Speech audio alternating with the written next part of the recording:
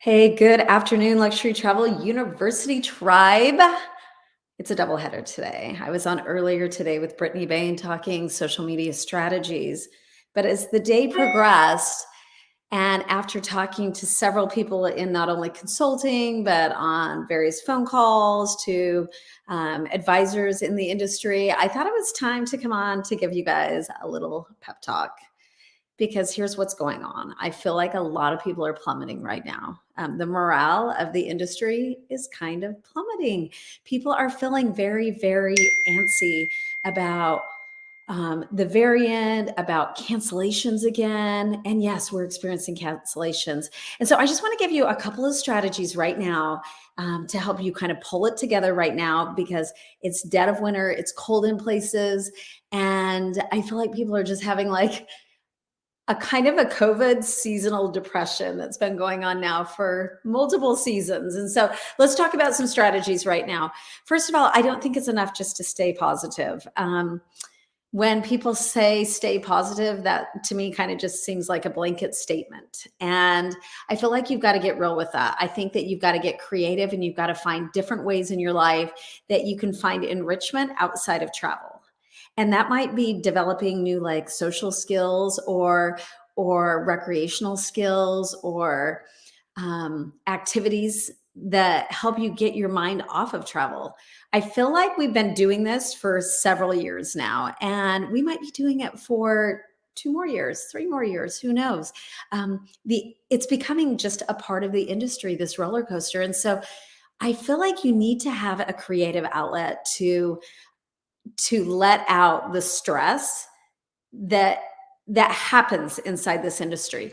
So think about how you can change it up. Think about maybe one thing you can incorporate in your life to change it up to make it a more positive experience for you. So you're not always just focused on cancellations, COVID, what's new in travel, what's next in travel, etc. The next thing that I love that I just love to do every year is just focus on gratitude. And if you haven't ever done a gratitude journal, I think now's the time to do it because I think that you'll find the stars align when you are focused on gratitude. I think you'll be surprised how many people um, don't know their path until they start looking at how grateful they are for things. And then they look back and they go, oh my gosh, that was a huge blessing for me. I look back over COVID the last 2 years and I'm like, I can see a clear path of how just God has opened up my life and also how the stars have aligned to help me. So despite all of my challenges that I've had in my business, I can clearly say it was like the best 2 years of my life. And even though today we've had so many cancellations at our agency, just because of the variant, I can look and say it's going to be a great year. I know it is. So the other thing is focus on what you can control and not what you can't control. You can't control this. No matter how hard we try, we can't control this. So we need to focus on what we can control.